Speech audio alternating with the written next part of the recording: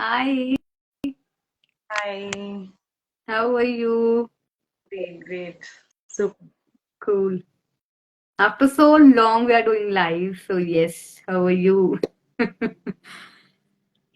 So, as I already mentioned, the topic is like emotional abuse is not gender bias. So, yes, I want your view into it. So, yes, please, the floor is yours now. What's your take into it? Like, it's हम not. लोग ना yes, thank you so much, Priyanka, to raise this topic. This is a wonderful topic actually, because always we are, giving our sympathy, empathy to women, Exactly. and there are so many things to share, but still I'm just sharing this point.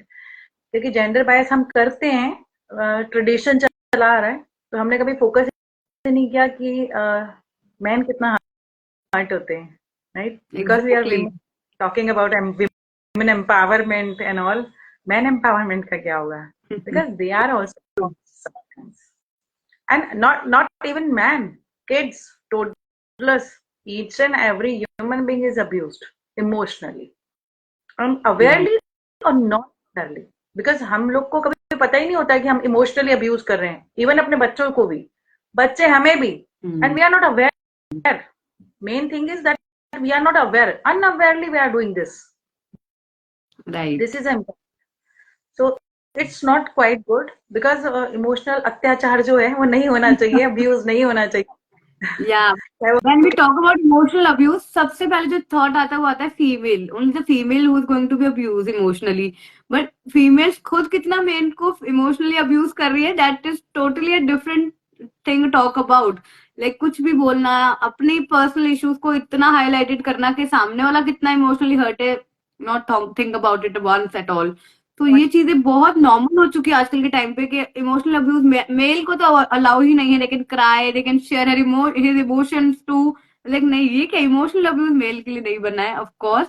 But for today's time 2023 2024 actually January 2024 is going on. It's a wake up call for everybody. Emotional abuse is not only the female concept, it's equally for male also and toddler also, of course. Like parents भी ना चाहते हुए भी कितनी बार अपने बच्चों को ऐसी चीजें बोल देते हैं, कंपेयर कर देते हैं दूसरे बच्चे से कि he get emotionally abuse, he can think about it more often कि मैं क्या करूं जिससे मेरे पेरेंट्स मुझे अप्रिशिएट करें. So yeah, this is one form of emotional abuse. So yeah, and you are a better person to talk about more into it. So I really want to know your view into it. Thank you so much to give me this opportunity, because मैं बहुत छोटा मानती हूँ अपने आप को यही चीजों, इन चीजों के लिए बात करने के लिए, क्योंकि मुझसे बड़े बड़े दिग्गज लोग बैठे हुए हैं इन चीजों को बताने के लिए, but I still I am, because you are giving this opportunity to me. तो अकॉर्डिंग टू मी, ये इमोशनल अब्यूज जो है ना, बचपन से ही शुरू होता है. एक्चुअली जब हम बच्चों के साथ करते हैं, बच्चे यहीं से सीखते हैं, हमसे सीखते हैं और आगे इसको कैरी ऑन करते हैं. दैट इज अ पॉइंट कि हमें अभी 24 में अगर हम अवेकनिंग ला रहे हैं इस चीज के लिए, तो एटलीस्ट 1 2 और 3 लाइफ जिसको हम टच कर सकें, at least we aware them, please don't abuse emotionally at least, right? Because ये बच्चों में जो इमोशनल अब्यूज है, एक आगे जाके ना एक अलग डिफरेंट वे में कन्वर्ट हो जाता है. वो बहुत सारी चीजें, इमोशनली जो चीजें होती हैं वो कह नहीं पाते हैं, नहीं कहने की वजह से हार्मोनल इम्बैलेंस जो होता है, उसकी वजह से बहुत सारी चीजें मेंटली आगे क्रिएट हो जाती हैं लाइफ में, और वही आगे की जनरेशन में भी पास ऑन होती है. तो this is a awakening call for every one. I think कि अगर ये टॉपिक आया है कहीं ना कहीं से, जहां से भी, तो this is a call for us कि हमें अभी अवेकन होना है इमोशनली अब्यूज के लिए. जेंडर बायस नहीं होना है seriously, because man are also equally feeling that thing ना. उनके पास भी फीलिंग्स हैं, उनके पास भी वो सब चीजें हैं जो हमारे एक विमेन के पास है, राइट? True. वो दिमाग है ना, हार्ट है, तो they will also feel all these things and emotions. तो why we just focus every time on women, कि Right. औरतें ही परेशान होती हैं, लड़कियां ही दुखी होती हैं, लड़कियों के साथ ही गलत होता है, औरतों के साथ ही गलत होता है. एक्चुअली सबके साथ होता है. एक्चुअली बच्चों के Yeah. साथ भी हो रहा है, सबके साथ भी हो रहा है, आदमी और औरत सबके साथ हो रहा है. यहाँ कोई जेंडर पर्टिकुलर फोकस करने वाली चीज ही नहीं है कि किसी जेंडर के Yeah. साथ. उतना ही मेंटली अब्यूज फील करते हैं जब कोई टॉन्ट करता है, वेदर उनकी वाइफ हो, वेदर बहन हो या मम्मी हो, Yeah. राइट? या फादर हो या कोई और हो या सिबलिंग हो। It's very important to noted that point कि इमोशनल अब्यूज नहीं करना है, इधर विद मैन और वुमेन, इधर गर्ल और boy, right? And so many ways are there कि हम अपने इमोशंस को बाहर नहीं निकालने की वजह से severe depression, anxiety, lots of stress, lots of things are appearing these days in our society. और हम उसके लिए अवेयर हैं, हम उसके लिए काम कर रहे हैं, लेकिन उसकी रूट कॉज कहाँ है ना? वो इमोशनल अब्यूज जो बचपन से चला आ रहा है हमारे साथ। अब बच्चे वो अटेंशन सीकर बन जाते हैं, they are doing lots of things just because of this reason. वो इमोशनली अब्यूज होते हैं, उस पर कोई ध्यान ही नहीं दे रहा है, वो हर्ट है, वो कहीं शेयर नहीं कर पा रहे हैं चीजें। So many things are there. तो इमोशनल अब्यूज सबके लिए इक्वली काम करता है, आई Like थिंक। literally, तो I come across with people. The kids were like, अरे हमारा बच्चा पहले तो बहुत बात करता था, अभी he is now more mature and understandable. But the thing is कि वो कितना timid अंदर से है, कितना वो shattered हो चुका है, because वो जो comparison होता है towards other kid कि नहीं वो अच्छा कर रहा है, तुम ऐसा नहीं कर रहे हो, जो usually parents करते हैं आजकल के टाइम पे, तो वो चीजें कितना हैम्पर कर रही है unknowingly. Like nobody want, like no parent want that thing to happen with their kids, but वो unknowingly कर रहे हैं, और वो बच्चा नहीं बात करता है, नहीं अपने इमोशन शेयर करता है अपनी फैमिली से, they were like he get mature, like taking the thing on other side also. सबसे So बड़ी this is one of the cause. It's not about male female, it's more into toddler also. Now what time kids were also suffer a lot emotionally abused. Like it's like so common in everybody's home now. They were like अरे आप अपने किसी relative से compare कर देते हैं, या उसी के फ्रेंड सर्कल में किसी से कंपेयर कर देते हैं, तुम ऐसे बिहेव नहीं कर रहे हो, तुम ऐसे नहीं पढ़ रहे हो, whatsoever. There are so many things into it, but yeah, sibling this से, is, they have also suffered a lot. तुम्हारा बड़ा भाई, छोटा भाई, वॉट एवर, बड़ी बहन, छोटी बहन ऐसा कर रही, तुम क्यों नहीं कर रहे हो? Each and every person have their own brain design, and Yeah, according to their, कि according to their brain design they are कि reacting themselves, and we don't understand, parents don't understand that. So right. सबका brain design है, सबके अपने अपने perceptions हैं, सबकी एक आइडेंटिटी है, सबका एक अलग इन्नेट है, उसके अकॉर्डिंग वो लोग बिहेव करते हैं। And we are question marking on that their identity, their innate, we are torturing them, like we are question mark on their identity actually. ऐसा, ये तुम ऐसा क्यों हो, तुम उसके जैसा क्यों नहीं हो? तो they Right. Started, after some time they started coping, क्योंकि उनको लगता है कि ठीक है वो अच्छा कर रहा है तो मैं भी वैसे ही करता हूँ। और वो कहीं ना कहीं एक क्वालिटीज के साथ साथ वो उसकी डिसक्वालिटीज को भी एक्सेप्ट कर लेता है कि वो भी तो ऐसे ही कर रहा है, आप ही नहीं तो कहा था। And then we are punishing. So ये सारी चीजें हो रही है हमारी। और सबसे बड़ी चीज ये किस चीज की वजह से हो रही है? रेस, नंबर्स की रेस, क्लास में टॉप करने की रेस, बिहेवियर की, मैनर्स की, व्हाट नॉट, हर चीज की रेस लगी हुई है। पेरेंट्स को एक अपने एक अकॉर्डिंग उन्होंने जो एक चीज बना क्रिएट कर ली है कि perfectionism, Yeah. That perfectionism myth actually.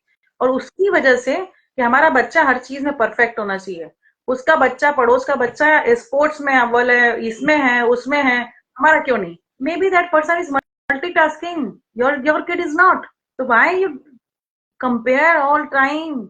Each and every person have their own identity, हमारी यूनिकनेस है, और उस यूनिकनेस के को लेकर एक्सेप्ट करके हम चलेंगे ना, तो थिंग्स विल हैपन। क्योंकि हर कोई पीटी उषा नहीं बन सकता, हर कोई इंदिरा गांधी Right. नहीं बन सकता, हर कोई हर कुछ नहीं हो सकता।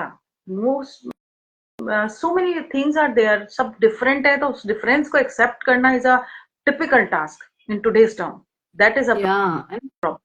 And with time people needs to understand this thing कि इमोशनल अब्यूज एक बहुत बड़ी चीज है, और इसको हम सिर्फ एक तरफ से नहीं देख सकते कि इट्स ऑल अबाउट फीमेल, सिर्फ मैरिड वुमेन या गर्ल्स वही इमोशनली अब्यूज रही, डेफिनेटली नॉट। अगर हम मैरिड मैन की बात करते हो, जो लोग मेरे आते हैं आसपास and they talk more into it as my profession into it, तो वो यही बात करते हैं कि मैम वो बार बार, हम मतलब हम अगर काम पे से घर पे आते तो she complaining all the time, आज ये हुआ, आज ये हुआ, आज ये हुआ।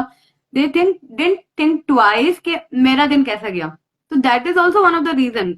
बहुत ऐसे क्लाइंट्स आते हैं, देवर लाइक मैम ये तो टाइम ही नहीं देते, ये बात ही नहीं करते आने के बाद। तो आप बात करने की कोशिश वो करेगा तो तुम अपनी कंप्लेन लिस्ट लेके बैठ जाओगी, तो व्हाट ही कैन डू। होंगे प्रियंका, जी, ऐसे केसेस आपके पास रोज आते होंगे। एग्जैक्टली।